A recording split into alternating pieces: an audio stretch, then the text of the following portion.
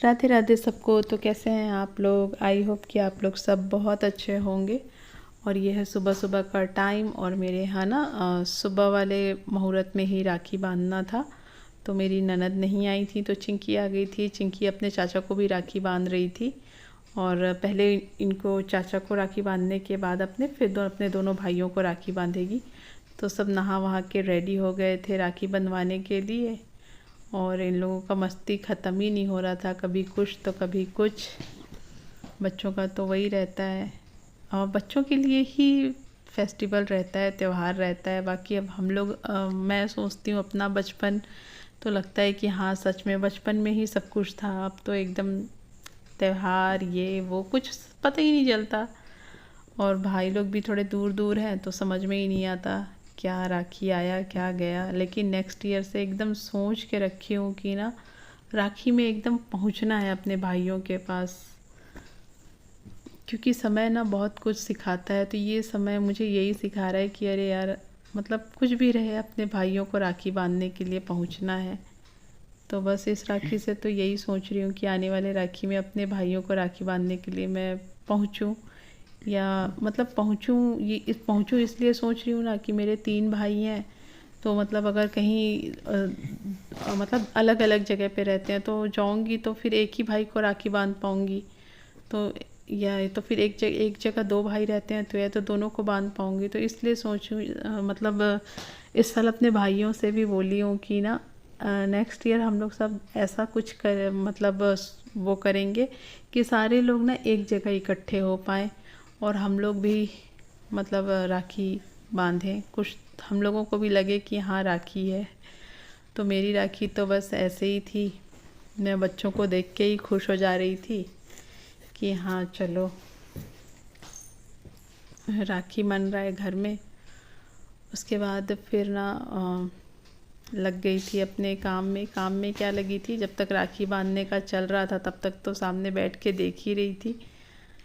और ये मेरे बड़े वाले बाबू को राखी बांध रही थी चिंकी। उसके बाद फिर अर्नव की बारी आई तो अर्नव अपनी नौटंकी स्टार्ट कर देता है। जब भी राखी मतलब बांधने का टाइम आता है तो अर्नव ना हर साल का है, अर्नव कुछ ना कुछ नाटक शुरू करता है। तो इस बार भी अर्नव को क्या हो गया था कि मैं ना क्या बोलते हैं जो राखी सेलेक्ट किया था वो भाई को बन गया। अब अर्नव अपना शुरू कर दिया था, मतलब वो देख रहा था कि अब इधर उधर कुछ कुछ उसको समझ में आ रहा था करना है।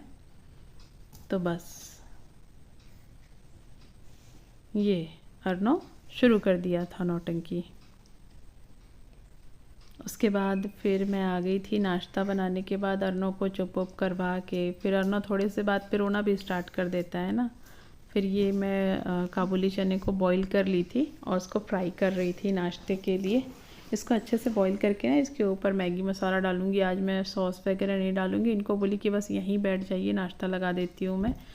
उसके बाद ये बाबू अर्नव को चुप उप करवाता हुआ और ये सासू माँ के लिए अपने मैं हलवा बना रही थी। वो चना नहीं खाएंगी नाश्ते में तो हलवा बना रही थी। उसके बाद फिर ये इतने सारे कपड़े जमा हुए थे धुल के कि क्या बताऊँ। फिर उस एक तरफ ना कपड़े को मोड़ना था तो फिर कपड़े को मोड़ के मैं ना थक गई थी कपड़े मोड़ते मोड़ते। और जिस दिन बारिश नहीं होती उस दिन एकदम गर्मी लगने लगती है और फिर बारिश होती है तो पूरा दिन बारिश होता है।